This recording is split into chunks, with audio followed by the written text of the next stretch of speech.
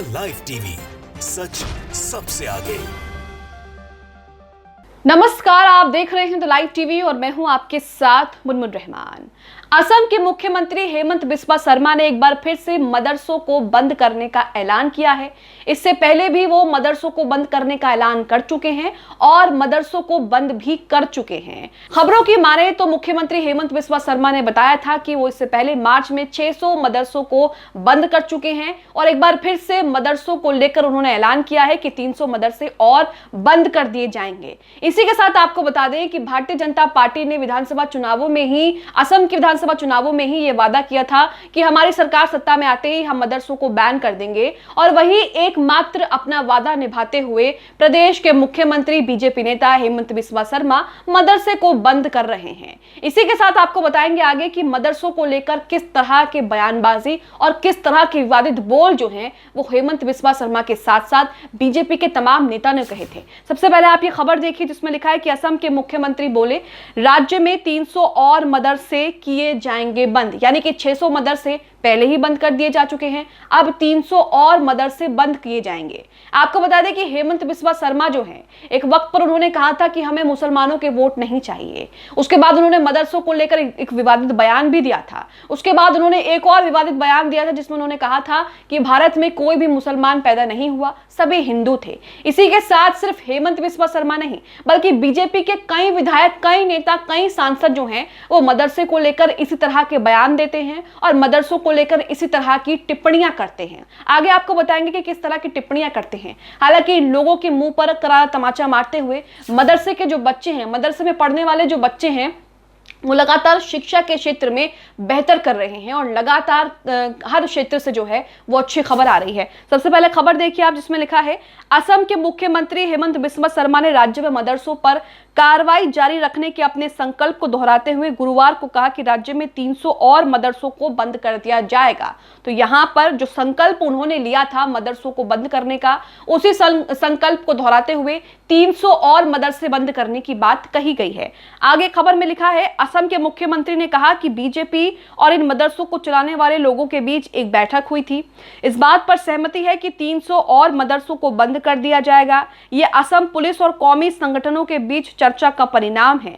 इससे पहले मार्च में सीएम हेमंत ने राज्य के 600 मदरसों को बंद करने का ऐलान किया था। तो यहाँ पर आप देख सकते हैं कि मदरसों को लेकर लगातार जो है वो राजनीति होती है। यहाँ तक कि कर्नाटक में तो बीजेपी के नेता विधायकों ने ये तक कह दिया था कि हमारी सरकार सत्ता में आती है तो हम मदरसों को बंद कर देंगे, जैसा कि असम में हुआ है। लेकिन कर्नाटक की जनता ने जिस तरह के इन लोगों के मुद्दे थे, हिंदू मुस्लिम जिस तरीके से उन्होंने करने की कोशिश की, उन सभी मुद्दों को जो है वो सिरे से खारिज कर दिया, नकार दिया। और अब जिस तरीके से असम में बीजेपी की सरकार है वहां पर मदरसों को लेकर जिस तरह की कार्रवाई होती है वो बताने की जरूरत नहीं है। कई मदरसों का यह आरोप लगता रहता है कि बीजेपी जो है वो किस तरीके से तुष्टीकरण की राजनीति कर रही है और बेवजह हमें बंद कर रही है। इसी के साथ आगे खबर में लिखा है कि हेमंत बिस्वा शर्मा ने मार्च में विधानसभा चुनाव से पहले कर्नाटक के बेलगावी में भाजपा की विजय संकल्प यात्रा को संबोधित करते हुए कहा था कि मैंने 600 मदरसों को बंद कर दिया है और मैं सभी मदरसों को बंद करने का इरादा रखता हूं क्योंकि हम मदरसे नहीं चाहते, हम स्कूल, कॉलेज और विश्वविद्यालय चाहते हैं। शर्मा ने 2020 में असम में एक विवादास्पद कानून पेश किया था जिसके अनुसार सभी राज्य संचालित मदरसों को सामान्य शिक्षा प्रदान करने वाले नियमित स्कूलों में परिवर्तित किया जाना था। जनवरी 2023 तक राज्य में 3000 पंजीकृत यानी कि रजिस्टर और अपंजीकृत मदरसे हैं। बता दें कि मदरसा शिक्षा को 1934 में असम शिक्षा पाठ्यक्रम में शामिल किया गया था और उसी दौरान राज्य मदरसा बोर्ड भी बनाया गया था। लेकिन उसके बावजूद भी जो है मदरसों को लगातार बंद किया जा रहा है। हालांकि कई खबरें आती हैं और कई परिणाम आते हैं जिसमें मदरसे में पढ़ने वाले बच्चे कहीं नीट की परीक्षा पास कर रहे हैं, कहीं एसएससी की परीक्षा पास कर रहे हैं, बोर्ड की परीक्षाओं में जो है अव्वल आ रहे हैं। लेकिन उसके बावजूद भी मदरसों को लेकर जिस तरह की भाषा का इस्तेमाल बीजेपी के नेता करते हैं वो एक बार आपको दिखाते हैं। कुछ खबरें आप अपनी स्क्रीन पर यहाँ पर देख रहे हैं। सबसे पहले तो हेमंत बिस्वा शर्मा का वो बयान देखिए जिसमें उन्होंने कहा था कि हमें मुस्लिमों के, मियां मुस्लिमों के वोट नहीं चाहिए, बीजेपी को मियां मुस्लिमों के वोट नहीं चाहिए और ना ही हमें उनके वोटों की जरूरत है। हेमंत बिस्वा शर्मा ने ये बात कही थी। इसी के साथ दूसरा बयान भी आप अपनी स्क्रीन पर देख रहे हैं। लल्लन टॉप ने इस खबर को, लल्लन टॉप की एक खबर है, इसमें लिखा है कि कोई मुसलमान भारत में पैदा ही नहीं हुआ, सब हिंदू थे। असम के सीएम हेमंत बिस्वा शर्मा। तो हेमंत बिस्वा शर्मा जो हैं बीजेपी नेता और प्रदेश के मुख्यमंत्री, असम के मुख्यमंत्री हैं, लेकिन उसके बावजूद भी वो इस तरह की बयानबाजी और एक विशेष समुदाय के खिलाफ टिप्पणी जो है वो करते रहते हैं। मदरसों को लेकर उन्होंने कहा था कि मदरसों का अस्तित्व खत्म हो जाना चाहिए, मदरसा शब्द गायब हो जाना चाहिए। हमें लगता है कि राज्य का पैसा किसी विशेष धर्म की धार्मिक शिक्षा पर खर्च नहीं किया जाना चाहिए। उनके इस बयान के बाद खूब बवाल हुआ, उनकी आलोचना भी हुई, लेकिन उसके बावजूद भी बीजेपी नेताओं को कोई फर्क नहीं पड़ता कि मदरसे को लेकर जिस तरीके की वो भाषा का इस्तेमाल करते हैं, जो बातें वो करते हैं, उनसे उनकी छवि पर या लोगों पर क्या असर पड़ता है। इसी के साथ भाजपा के एक और नेता हैं नितिन नबीन। इन्होंने भी मदरसे को लेकर एक विवादित बयान दिया था। इन्होंने कहा था कि मदरसों में होती है बम, गोली और बारूद की चर्चा। अब आप देखिए कि ये लोग किस तरीके से मुसलमानों को लेकर अल्पसंख्यकों को निशाना बनाते हैं और उनके मस्जिद, मदरसों और उनके धर्म गुरुओं को लेकर किस तरह की बातें करते हैं। खबर आप अपनी स्क्रीन पर देख रहे हैं, नई दुनिया की खबर है, बयान आप उनका देख सकते हैं, जिसमें लिखा है कि भाजपा नेता नितिन नबीन का विवादित बयान, बोले मदरसों में होती है बम, गोली और बारूद की चर्चा। इसी के साथ बीजेपी विधायक हरिभूषण ठाकुर ने भी मदरसों को लेकर कुछ इसी तरह का बयान दिया था।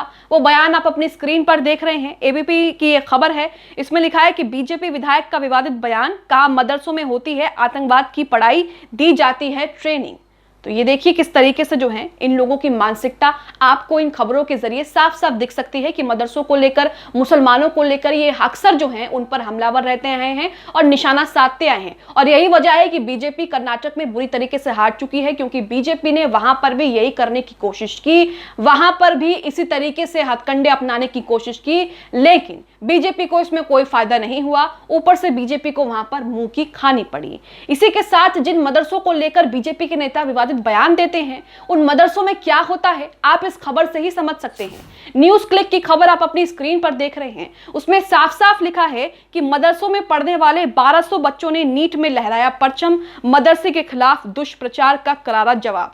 17 सितंबर 2022 की एक खबर है, जिसमें मदरसे में पढ़ने वाले 1200 बच्चों ने नीट की परीक्षा को पास कर लिया है। नीट परीक्षा वो है जो मेडिकल के लिए दी जाती है और मेडिकल की डिग्री हासिल करने के लिए नीट की परीक्षा दी जाती है, और सबसे कठिन परीक्षाओं में से नीट की परीक्षा भी एक मानी जाती है, जिसे मदरसे में पढ़ने वाले 1200 बच्चों ने उस नीट की परीक्षा को पास भी कर लिया। आगे खबर में लिखा है कि एमबीबीएस की डिग्री हासिल करने के लिए जिन लगभग 1200 मुस्लिम उम्मीदवारों ने मेडिकल की प्रतिष्ठित नीट परीक्षा पास की है, उनमें से 500 से अधिक अल अमीन मिशन की पश्चिम बंगाल में फैली 70 शाखाओं से हैं, 250 से अधिक उम्मीद अजमल फाउंडेशन के कोचिंग संस्थान से और करीब 450 शाहीन बाग समूह के संस्थानों से हैं। तो यहाँ पर आप देख सकते हैं कि मदरसों में बच्चे किस तरह की पढ़ाई कर रहे हैं और शिक्षा में अपना परचम लहरा रहे हैं।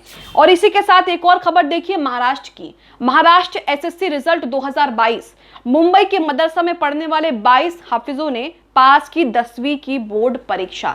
ना सिर्फ पास की, बल्कि यहाँ पर उन्होंने अच्छे अंकों से पास की, अच्छे अंक, अच्छे मार्क्स उनको यहाँ पर मिले। तो यहाँ पर बीजेपी के उन नेताओं को करारा तमाचा है जो मदरसों को लेकर तमाम तरह की टिप्पणियां करते हैं और कहते हैं कि मदरसों में पढ़ाई नहीं होती, मदरसों में कुछ और सिखाया जाता है, कुछ और ट्रेनिंग होती है। तो ये सभी खबरें आपने देखी कि बीजेपी के नेता, या फिर यूं कहे कि बीजेपी का मदरसों को लेकर क्या स्टैंड रहा है, क्या मानसिकता रही है, वो इन बयानों से कहीं ना कहीं बहुत हद तक साफ हो जाती है। इसी के साथ असम में लगातार मदरसों को निशाना बनाया जा रहा है और मदरसों को लगातार बंद किया जा रहा है। एक बार फिर से उन्होंने अपने संकल्प को दोहराते हुए 300 मदरसों को बंद करने का ऐलान कर दिया है। आप इस पूरी खबर को लेकर बीजेपी जिस तरीके से मदरसों को निशाना बना रही है, या फिर यूं कहें कि बीजेपी जिस तरीके से मदरसों को लगातार बैन कर रही है और हर चुनाव में इस मुद्दे को भुनाने की कोशिश करती है, उसे लेकर आप क्या सोचते हैं, हमें कमेंट बॉक्स में कमेंट करके जरूर बताएं।